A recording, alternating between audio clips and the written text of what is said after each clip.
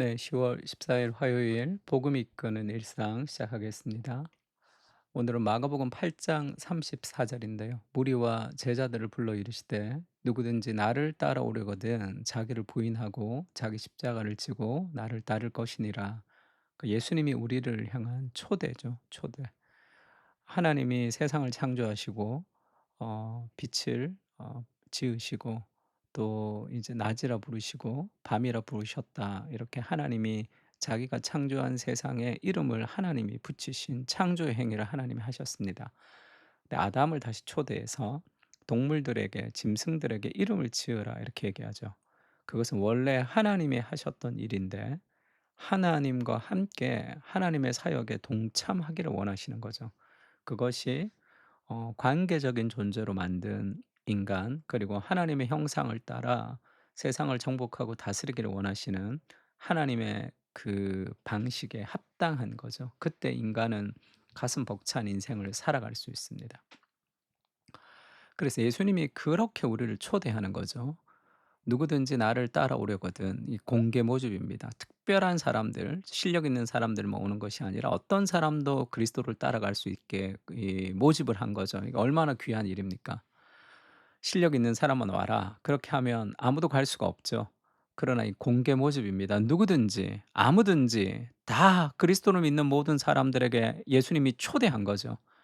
자기를 부인해야 됩니다. 자기를 부인하는 것. 내가 원하는 것, 내가 좋아하는 것, 내가 사랑하는 것, 그 욕망의 노예로 살아가는 것이 아니라 그리스도의 기쁨이 무엇인지에 대해서 욕망이 재조정될 때 신앙은 자유할 수 있습니다. 그 욕망을 재조정하지 못하는 모든 신앙은 종교적 어떤 가치에 머무를 수밖에 없어요. 자기를 부인하고 자기 십자가를 지고 나를 따를 것이니라. 왜 이렇게 얘기할까? 이렇게 무리하게 요구를 할까요? 이것이 가장 인생을 의미 있고 행복하게 살아가는 길이기 때문에 그렇죠. 눈을 뜨지 못한 그런 영적으로 어린 아이들이 그것을 잘 모르기 때문에 그렇습니다. 왜 맛있는 아이스크림을 먹지 말라고 할까? 내가 원하는 것을 하지 말라고 할까? 그래야 건강하잖아요. 그래야 아이들이 건강하거든요. 내가 어른이라고 생각하기 때문에 하나님의 말씀을 가려서 판단합니다. 그러나 우리는 영적으로 무지하다는 것을 인식하고 자신의 욕망이 아니라 그리스도의 기쁨을 선택하는 무엇이 하나님이 기뻐하시는 것인가를 선택할 필요가 있습니다. 그러면 세 가지가 필요한데요. 다름, 그리고 닮음, 그리고 따름 이 세 가지가 이 제자도의 핵심과 같은 얘기입니다. 다름은 뭐죠? 세상의 가치관과 다르게 사는 거죠. 세상의 방식과 다르게 사는 겁니다. 세상이 심어준 자아 정체성을 버리고 다른 정체성으로 살아가는 것이죠. 세상은 자기를 사랑하라 이렇게 말합니다. 다른 사람에게 신경 쓰지 말고 자신을 지키라 권유하지만 성경은 자기를 부인하라 이렇게 얘기하죠. 그리스도가 자신의 전부를 우리에게 주신 것처럼 우리의 전부를 원하십니다. 그래서 다른 삶, 그 세상의 문화의 내러티브를 따라서 살아가는 것이 아니라 Defining Gravity 얘기했죠. 중력을 벗어나서 살아가는 그런 능력이 필요함. 그러니까 은혜가 필요한 거죠. 기도가 필요한 겁니다. 내 힘으로는 그것을 감당할 수 없거든요. 그래서 다르게 살아가는 삶의 방식, 방향이 달라져야 된다는 거고요. 닮음이라는 것은 그리스도를 닮아가는 겁니다. 어려운 거예요, 이거는. 주의 말씀 안에서 실험을 하라는 뜻입니다. 감정에 휩쓸리지 말고 주의 말씀을 붙잡고 감정을 재조정해야 되는 아주 힘든 일이죠. 닮아간다는 것은. 근육이 자랄 때도 마찬가지고 우리가 수영을 배울 때, 피아노를 배울 때 마찬가지예요. 우리가 훈련된 틀 안에서 매일 하고 싶지 않은 것을 꾸준히 해야지 자유에 이룰 수 있습니다. 내가 원하는 거, 내가 교회 오고 싶을 때 오고 안 오고 싶을 때 안 오고 내 컨디션에 따라 내 삶이 왔다 갔다 하는 것이 아니라 진리에 나를 맞추어 가는 거죠. 우리가 예배 회복을 위해서 이제 이번 주부터 계속 기도하고 준비할 텐데 그것을 고정하고 거기에 나를 맞추는 거예요. 그래서 나의 토요일 저녁 그리고 나의 일주일의 삶이 그 하나님 앞에 예배에 고정이 되고 거기에 나를 맞추는 삶을 살아야 됩니다. 내 마음대로 살다가 예배를 한번 드리니까 그것이 졸리죠. 무슨 예배가 되겠습니까?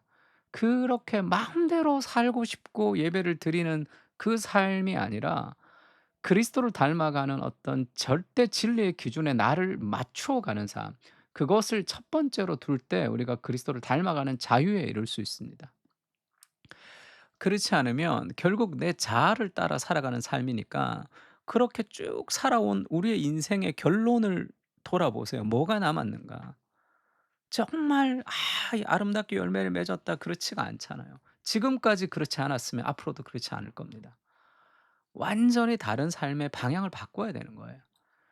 내 자아가 나를 향하여 하는 말을 믿지 말고 내가 내 자아에게 말을 걸어야 되죠. 따름이란 그리스도를 따라 살아가는 삶을 추구하는 겁니다. 예수를 믿는다는 것은 나를 위해 희생하신 은혜만을 기억하면서 누리는 것이 아니라 그리스도의 인생을 드리면서 따라서 살아간다는 삶의 결단이죠. 그러니까 제자가 된다는 것은 구원의 은혜만을 누리는 것이 아니라 그리스도의 길을 따라 순종하는 거죠. 우리는 세상으로부터 부름을 받은 하나님의 백성들이지만 또한 세상으로 보내심을 받은 그리스도의 제자들이죠. 세상을 향해서 해야 할 일이 있습니다. 근데 나 안에 갇혀 있을 때 그것을 보지 못해요. 세상은 점점 더 어두워가는 그 책임을 하나님 우리에게 물으실 겁니다. 세상과 다르게 예수님을 닮아가며 그분을 따라가는 삶. 이 세 가지가 우리의 삶의 기도의 제목이 되어야 되는 거죠. 다르게 예수님을 닮아가는, 다르게 살면 어느 방향으로, 예수님을 닮는 방향으로.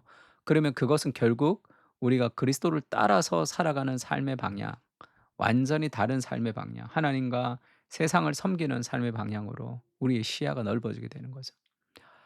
너희가 나를 사랑하며 나의 계명을 지키리라. 요한복음에 이런 말씀이 있습니다. 나의 계명을 지키는 자라야 나를 사랑하는 자니 나를 사랑하는 자는 내 아버지께 사랑을 받을 것이요 나도 그를 사랑하여 그에게 나를 나타내리라 하는 말씀이 있습니다.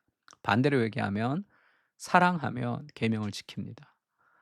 우리가 하나님의 말씀을 지키지 못하는 삶을 사는 것은 하나님 말씀보다 더 사랑하는 내 하나님이 있는 거죠. 내가 원하는 내 하나님. 그 욕망, 그것은 우상이라고 합니다. 하나님을 사랑하면 하나님 말씀을 지키게 돼 있어요. 내게 별로 유익하지 않을지라도, 내가 힘들지라도, 내가 불편할지라도 하나님의 말씀의 기준에 나를 맞추어 갈 수 있습니다. 그때 진정한 자유에 이를 수 있는 거예요. 그러니까 한번 물어볼게요. 참된 자유에 이르려면 그리스도를 위해서 무엇을 희생했는가를 물어보세요. 희생이 없으면 변화가 없습니다.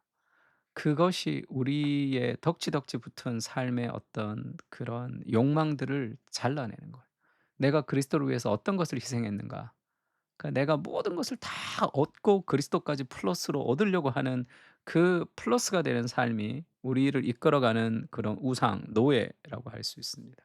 하나님 앞에 예배로 오지만 다른 하나님을 섬기고 있는 이 동상이몽의 그런 모습으로 우리가 예배를 드릴 때가 있습니다. 하나님을 사랑함으로 하나님의 계명을 지킬 수 있도록 해 주십시오. 하나님을 첫 번째로 둘 수 있게 해 주십시오. 그렇게 기도하고 우리의 욕망을 재조정할 필요가 있습니다. 누구든지 그의 말씀을 지키는 자는 하나님의 사랑이 참으로 그 속에 온전하게 되었나니 이로써 우리가 그의 안에 있는 줄을 아노라. 그 말씀에 대한 순종이 필요한 거죠. 제자도는 순종이 필요합니다. 제가 아는 목사님이 이제 올린 그런 글인데 제가 너무 좋아서 같이 나누었으면 좋겠습니다. 가지고 왔는데 팀 켈러가 이런 얘기를 했습니다. "은혜 안에 자라가라는 성경의 권고." 베드로후서 3장 18 절은 "그러라는 지식에서 자라가라." 이 말입니다. 덕을 기르라는 말과는 사뭇 다르다. 은혜 안에 자라가라는 말은 그냥 덕을 열심히 길러라는 그런 수양의 문제가 아니죠. 많은 사람이 신약이 대체로 모든 사람들에게 명령하는 바가 그저 예수님의 윤리를 본받아 살라는 정도라고 생각합니다. 그분이 사랑과 자비와 정의를 실천하셨으므로 우리도 다 그분처럼 살면 세상이 더 좋아진다는 식으로 생각하는 거죠. 그러면 어떻게 되냐 하면 그거 어렵습니다. 그거 힘듭니다. 그거는 원리는 좋지만 적용하기가 어렵습니다." 이렇게 얘기하는 거예요. 그러니까 원래 어렵죠. 말씀이라는 것은 적용하기가 힘듭니다. 당연한 거 아니에요? 그 취지야 10분 존중하지만 성경 기자들이 그 정도로 고지식하고 어리석지는 않습니다. 그리스도처럼 살라는 말은 인간에게는 불가능한 요구를 하는 거죠. 우리의 본성에 철저히 어긋나는 생활 방식이므로 우리의 의지적 행위로는 이룰 수가 없는 겁니다.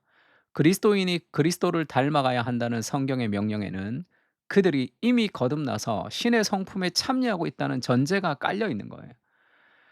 우리는 율법을 지키지 못하는 사람이었는데 그리스도의 은혜로 우리가 율법을 지킬 수 있는 존재가 됐습니다. 성령을 힘입어 살 때 우리가 육신의 행위를 성령으로서 죽이면 너희가 살리니, 그런 표현이 있죠. 그것이 필요한 거죠. 베드로후서 이렇게 얘기합니다.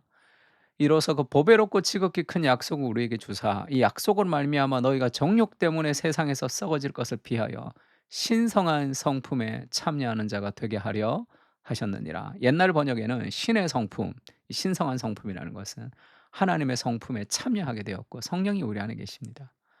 그래서 우리가 도저히 할 수 없는 그것을 내 안에 성령께서 행하시는 거예요. 그래서 하나님을 의지할 필요가 있습니다.